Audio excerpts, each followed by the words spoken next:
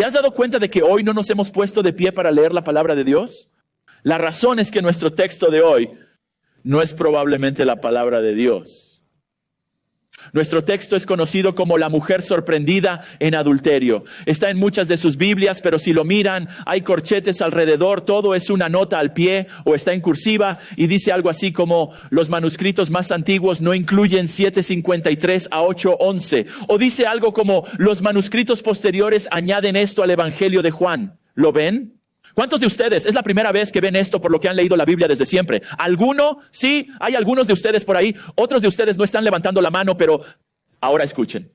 Deberían encontrar gran consuelo en lo que están viendo ahí en la Biblia, que cuando hay una pregunta seria sobre si un texto debe o no estar en la Biblia, las personas que publican las Biblias nos lo dicen todo. No tratan de ocultarlo, ¿verdad? De ninguna manera. No esconden nada. Está ahí mismo para que todos lo veamos, con cursivas y corchetes y notas a pie de página. ¿Por qué? Porque lo que queremos es la palabra de Dios y queremos tener la mayor confianza de que lo que fue escrito originalmente es lo que realmente tenemos en nuestras Biblias.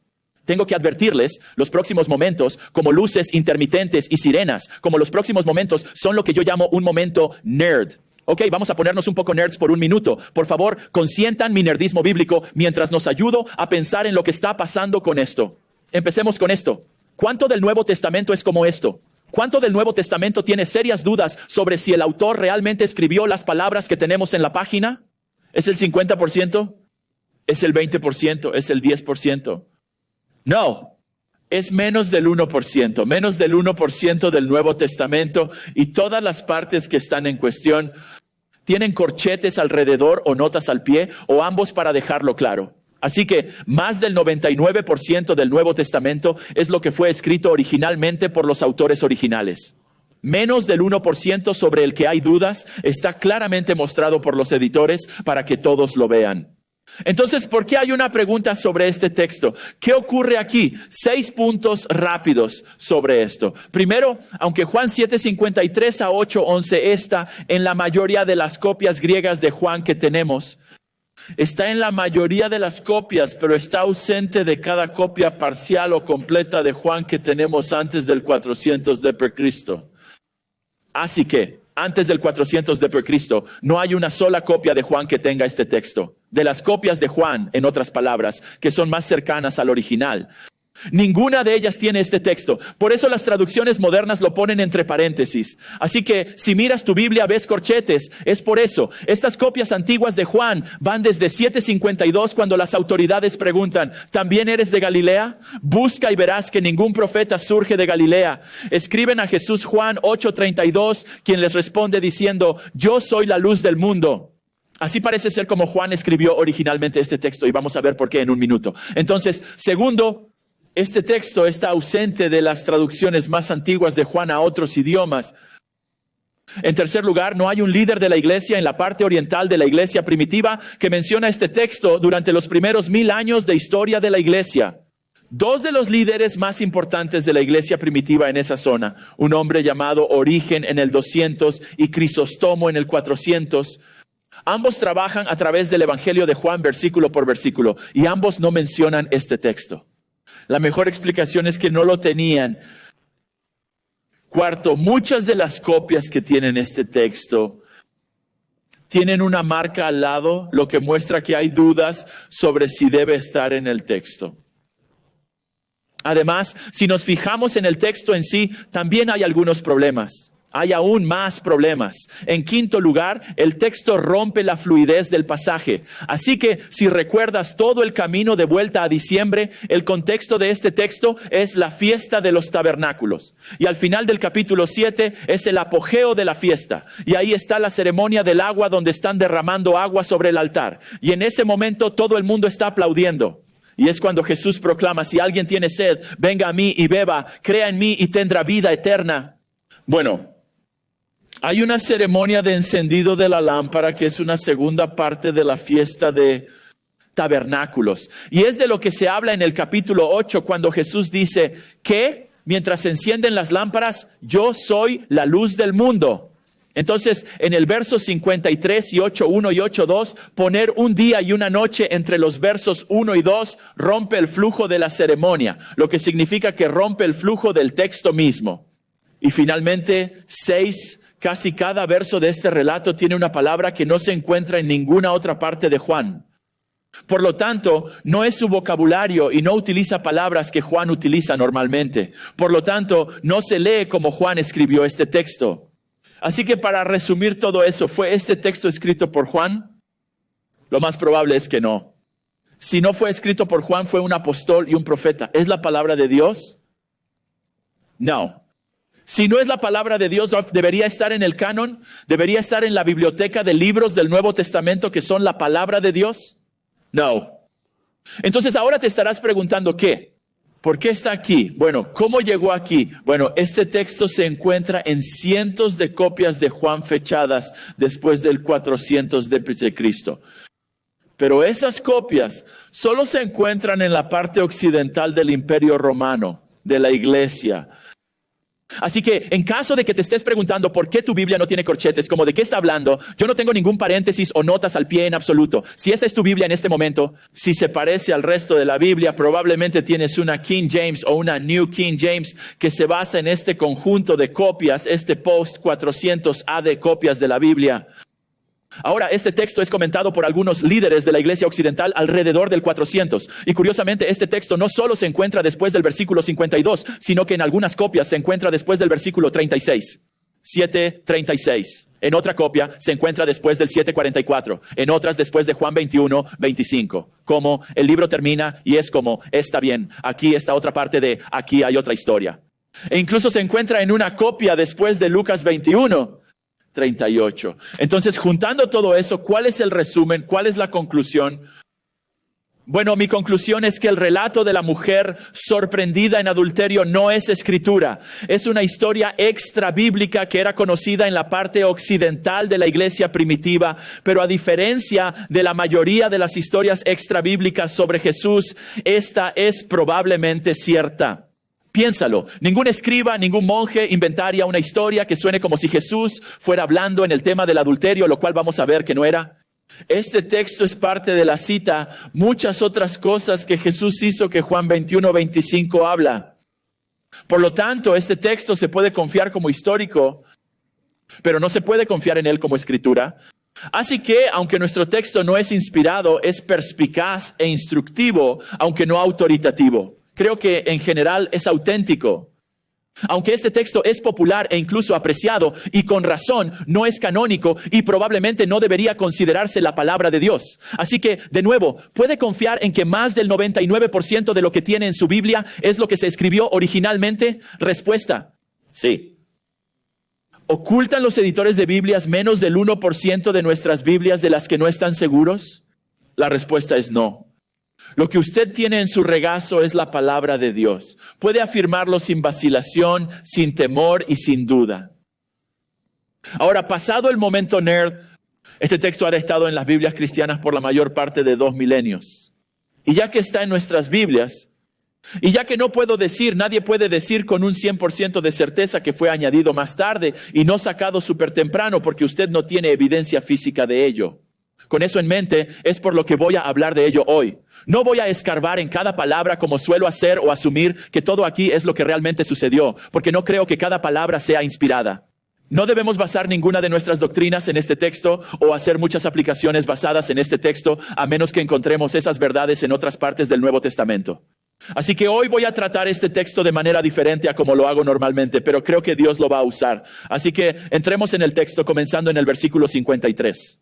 Ellos se fueron cada uno a su casa, pero Jesús se fue al monte de los olivos. Por la mañana temprano vino otra vez al templo. Todo el pueblo se le acercó y él se sentó y les enseñaba. ¿Cuándo ocurrió este acontecimiento? Bueno, no después de los acontecimientos de Juan 7:52. En otras palabras, ¿ocurrió esto la mañana después de la fiesta de los tabernáculos en Juan 7? Respuesta no. ¿Pero sucedió en la mañana? Sí. ¿Sucedió en el templo? Sí. ¿Había una multitud de personas escuchando a Jesús enseñar cuando ocurrió este evento? Por supuesto. Y la multitud va a ser testigo del acontecimiento principal. Versículo 3. Los escribas y los fariseos trajeron a una mujer que había sido sorprendida en adulterio y poniéndola en medio les dijo: Maestro, esta mujer ha sido sorprendida en flagrante adulterio. Resumamos esta sección inicial con el punto número 1, los dirigentes tortuosos. Los líderes tortuosos, los escribas y fariseos, junto con un grupo llamado los saduceos, que no están en nuestro texto de hoy, son los líderes religiosos, la élite religiosa de la época. Son los letrados, los clérigos, los teólogos, los expertos en la palabra de Dios que enseñaban en las sinagogas. En este momento dramático, piensa en ello. De hecho, interrumpen a Jesús para forzar a una mujer en medio de toda la gente a la que está enseñando. Ella ha sido, versículo 3, sorprendida en adulterio. Observen el verso 4, fue sorprendida en el acto de adulterio.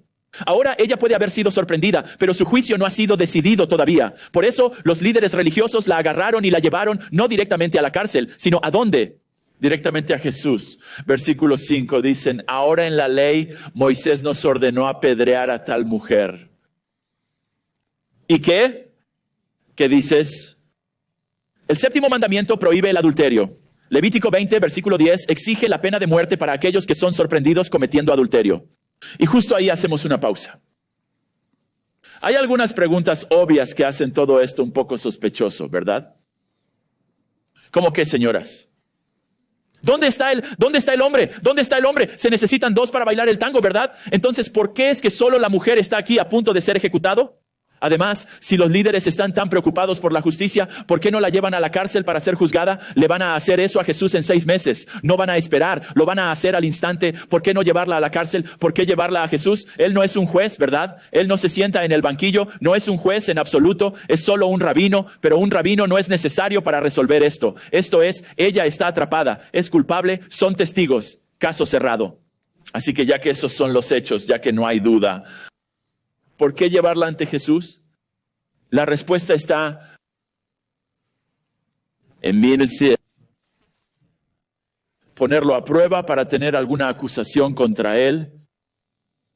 La traen a Jesús para probarlo, para obtener información, para ensuciarlo, para usarla en su contra. Fíjate en el versículo 6, para tener algún cargo que presentar contra él en el tribunal. Están tratando de engañarlo para que haga algo ilegal.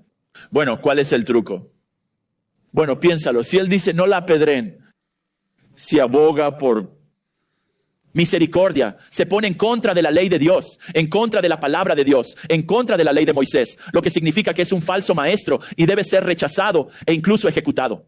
Pero si dice que la apedreen, su reputación como maestro de misericordia se ve socavada. Y también los judíos no tenían el poder de la pena capital. Eso lo tenían los romanos. Así que los judíos necesitaban obtener permiso para ejecutar a los criminales. La idea entonces es que si Jesús aboga por su ejecución, podría ser acusado de estar contra Roma y juzgado por traición y ejecutado.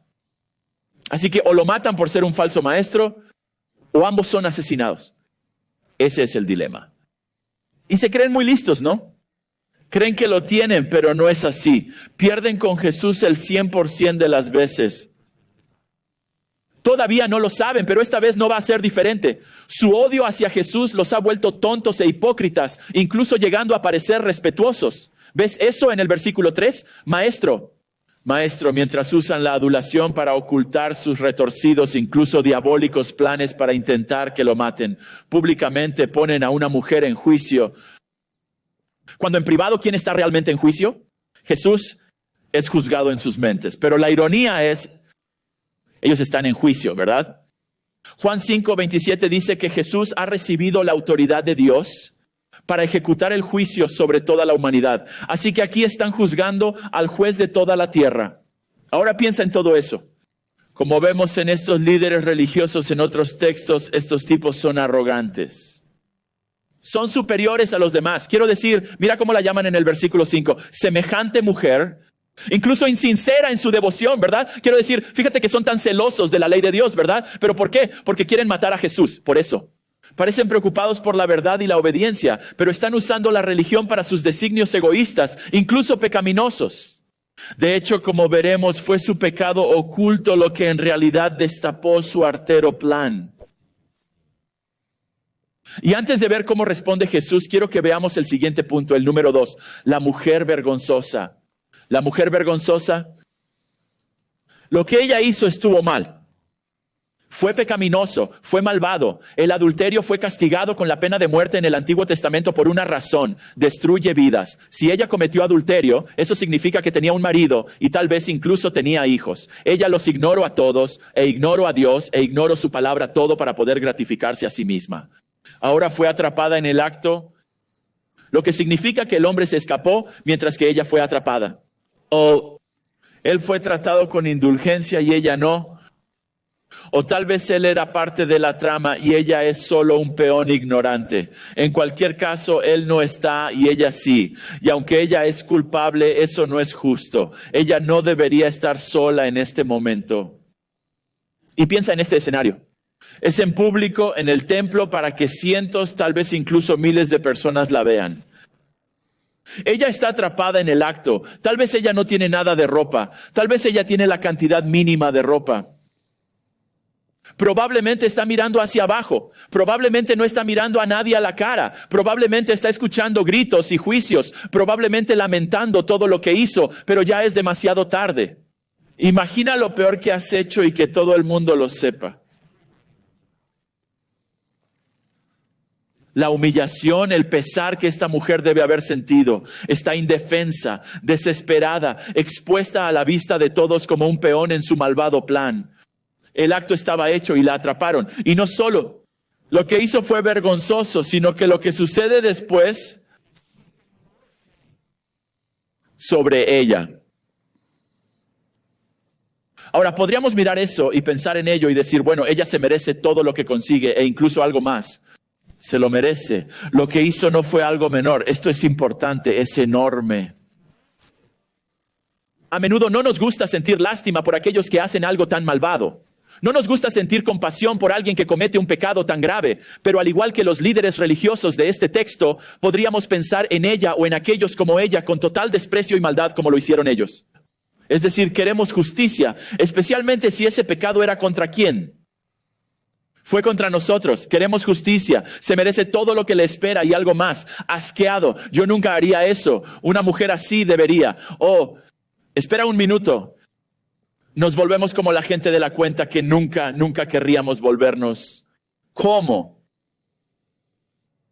Cuando leemos textos como este o conocemos a personas como esta, debemos recordar que es mucho más fácil para nosotros conectarnos con los malvados como esta mujer debido al pecado en nuestros propios corazones, en nuestras propias vidas.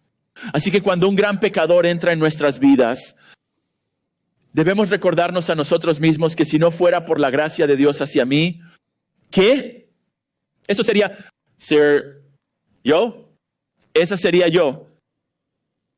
Así que quería llevarnos a su experiencia solo un poco para que podamos apreciar mejor lo que sucede a continuación. Observen el versículo 2, Jesús está sentado y enseñando, pero en el versículo 6, Jesús se agachó y escribió con su dedo en el suelo. Podemos pasarnos el día leyendo todas las teorías sobre lo que Jesús escribió en la tierra. Hay toneladas de ellas. Curiosamente, la única otra vez en la Biblia donde se usan las palabras para escribir en los versículos 6 y 8 es en la versión griega del Éxodo, donde los 10 mandamientos fueron escritos con el dedo de Dios. Así que tal vez Jesús escribió los 10 mandamientos en la tierra con su dedo. ¿Quién sabe? Nadie lo sabe. Nadie lo sabe. Nadie vivo al menos. Además, ¿por qué hizo esto? ¿Está haciendo tiempo? ¿Está ignorando su pregunta? ¿Les está mostrando desprecio? ¿Está aumentando la tensión? ¿Quién lo sabe? ¿Nadie lo sabe? Nadie lo sabe. ¿Por qué? Porque el autor de este texto, quien quiera que fuera, no nos lo dijo. Y como no nos lo dijo, esas preguntas no son importantes. Lo que es importante, sin embargo, es que es lo que Jesús dijo. Mientras los líderes religiosos lo acosan para que les dé una respuesta, versículo 7, mientras siguen pidiéndole una respuesta, Jesús se levanta, fíjense en el versículo 7, se levanta de agacharse y escribir en la tierra y les dice, versículo 7, el que esté libre de pecado entre ustedes, que sea el primero en arrojarle una piedra, versículo 8. Y una vez más se agachó y escribió en el suelo. Eso se llama una gota de micrófono. Eso es lo que es. Y se puede ver en cómo todos respondieron. Verso 9. Y cuando oyeron sus palabras, se fueron uno por uno, empezando por los mayores. Ahora, ¿qué quiso decir Jesús en el versículo 7? Quiso decir que solo las personas sin pecado pueden evaluar si las acciones de otras personas son pecaminosas o no. Quiero decir, si Él hizo eso, no hay base para la ley o las cortes o los juicios o cualquiera de esas cosas, a menos que el juez sea ¿qué? A menos que el juez sea sin pecado y no hay tal cosa. Entonces, Él no hizo eso. Entonces, ¿qué está diciendo? Bueno, el versículo 7 es un mandato, no es una petición. Tira la primera piedra si estás libre de pecado. Lo que eso significa, por cierto, en este dilema, Jesús eligió un bando. Él defiende la ley de Dios, no está por encima de la ley de Dios. Él sostiene la ley de Dios. Él no la ignoró aquí, sino en el Antiguo Testamento. El que debía tirar la primera piedra debía ser testigo del pecado, del crimen. Y como testigo, eso significa que vieron el pecado, ¿pero qué? Como testigo, no cometió el pecado. Así que les llama la atención por su hipocresía. Él está diciendo, si usted no está en pecado en este momento, tira la primera piedra. Si no has cometido su pecado, si no estás cometiendo algún otro pecado con respecto a este incidente en este momento, adelante, tira la primera piedra. Aquí estaban, indignados por una mujer sorprendida en adulterio, mientras intentaban atrapar a Jesús para ejecutarlo injustamente. Observen que Él mantiene la ley de Moisés, apedréenla. Evita la ley romana, devolviendo la responsabilidad de hacerlo a los líderes. Y protege a la mujer de la muerte, exponiendo su hipocresía. ¿Y cómo lo hace? Con una frase. No te metas con Jesús. No te metas con Él. No estés en el lado opuesto de una discusión con Él. Solo sométete a lo que Él dice. Simplemente no traten de hacer esto. Ellos fallan cada vez porque están tratando con la brillantez divina aquí. Y luego noten que el verso 8 es hermoso. Vuelve a hacer garabatos en la tierra. Mic drop. Y mientras se van uno por uno, dice, del más viejo al más joven. ¿Y eso por qué? Ni idea. Tal vez los mayores sabían mejor lo pecadores que eran, así que se fueron primero. ¿Quién sabe? Cualquiera que sea la razón, parece que vinieron enfocados en su pecado y se fueron enfocados en su pecado. Pero trágicamente no lo suficiente como para dejar su pecado y creer en Jesús. Ahora, al final del versículo 9, la mujer queda de pie ante el punto número 3, el Señor misericordioso. El Señor misericordioso. Los líderes se han ido. Versículo 9, Jesús se quedó solo con la mujer de pie ante Él. ¿Por qué está de pie? Quiero decir, imagínatela, está en el suelo, se está arrastrando, está llorando llena de tierra, pero está de pie. ¿Por qué está de pie? Porque está siendo juzgada.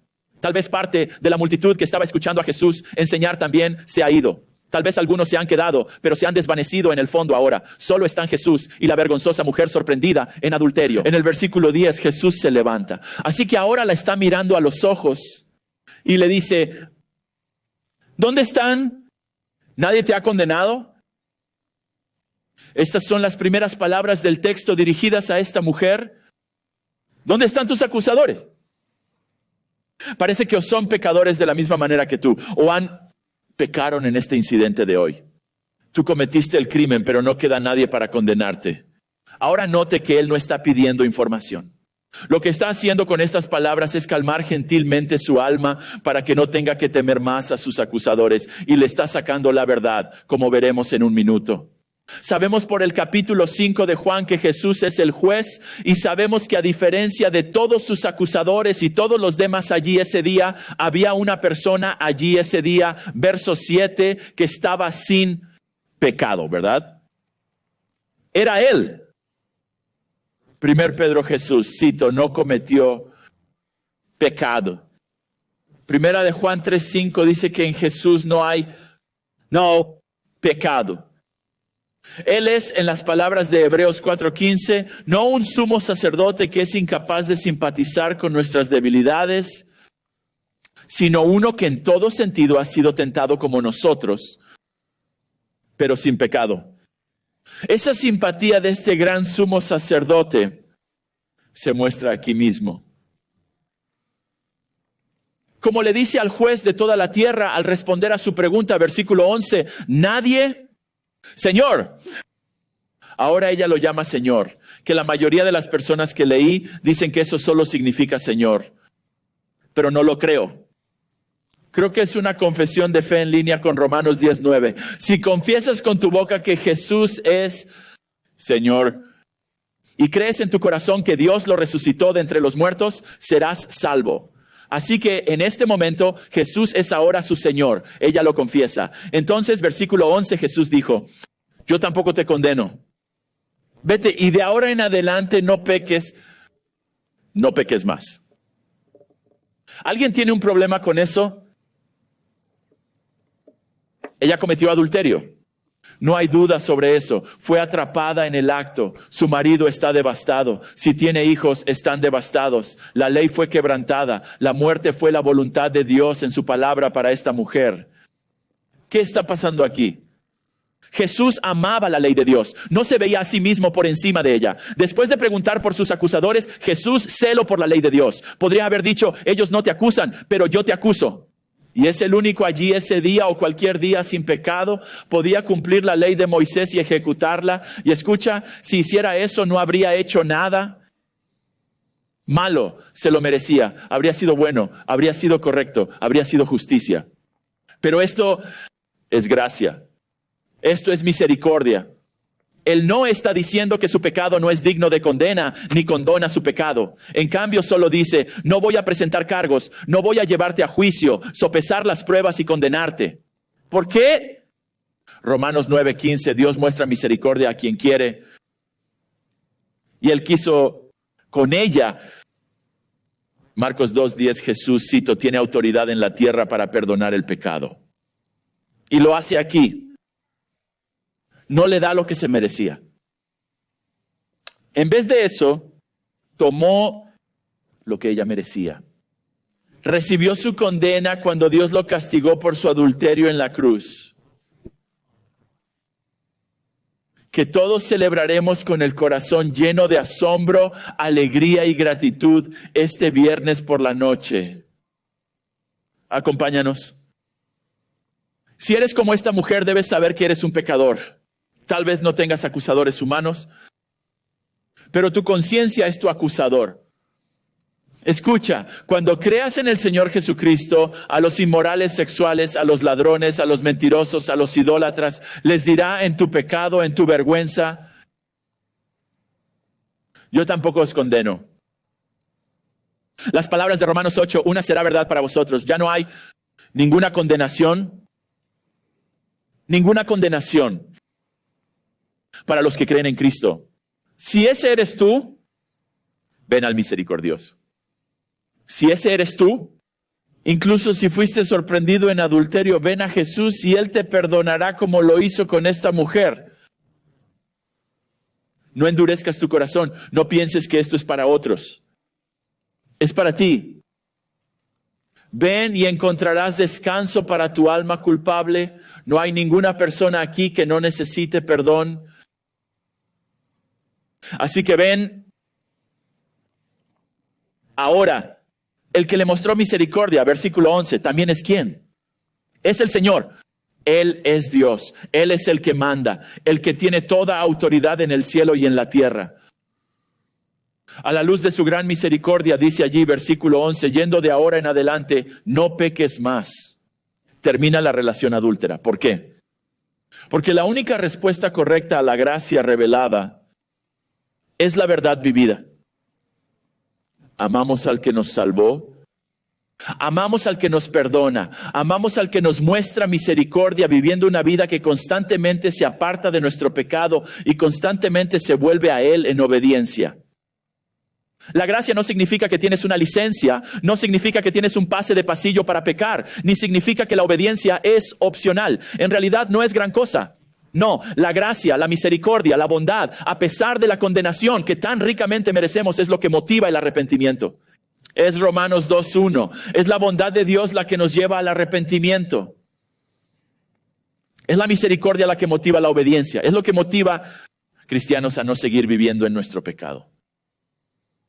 Que nunca sea que sigamos viviendo en pecado después de ser salvos. Romanos 6:1. Efesios 5:11 dice a los cristianos, no tomen parte en las obras infructuosas de las tinieblas. Efesios 5:3 dice a los cristianos, inmoralidad sexual y toda impureza y codicia ni siquiera deben ser nombradas entre ustedes.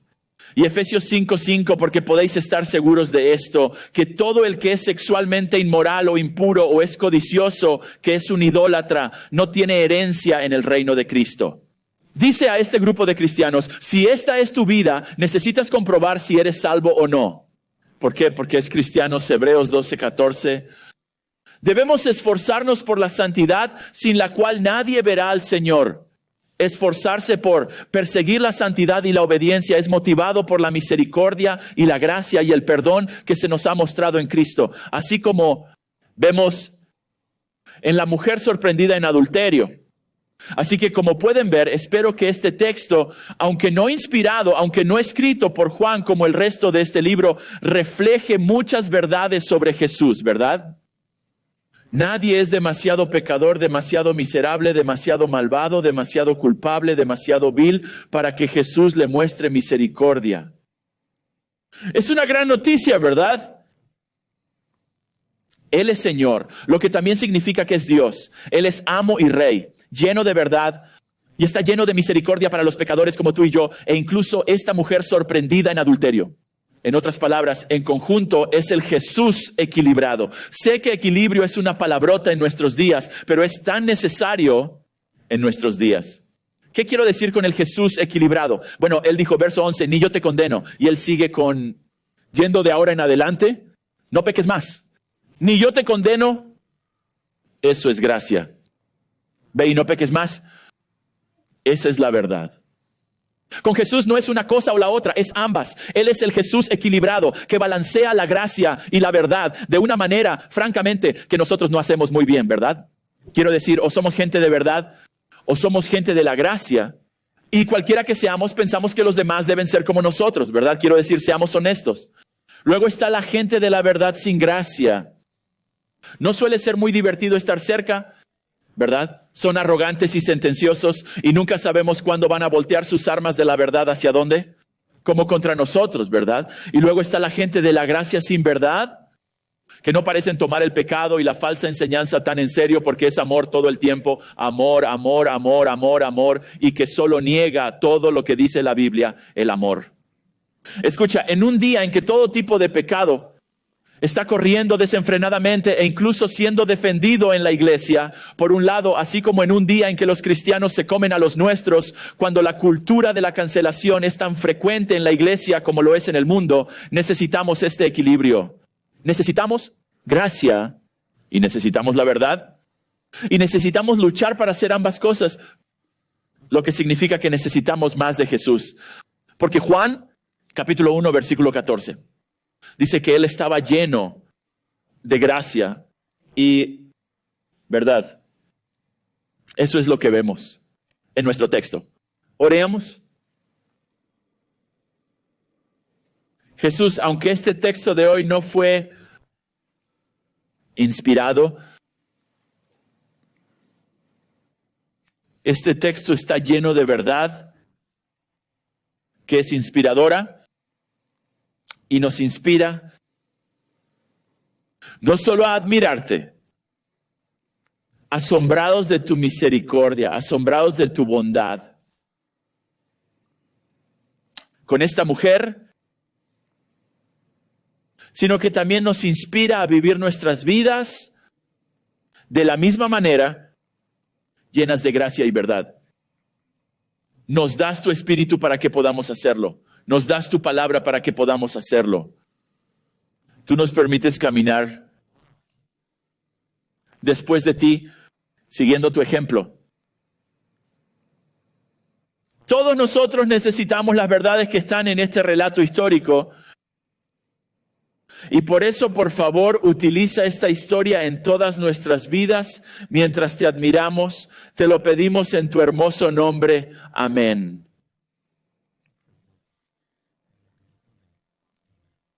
Gracias por sintonizar nuestro canal Redeemer YouTube. Si esto es útil para usted, por favor asegúrese de que te gusta este video, aplastar el botón de suscribirse y pulse el icono de la campana. Nos ayudará a llegar a más personas con la verdad bíblica. Muchas gracias.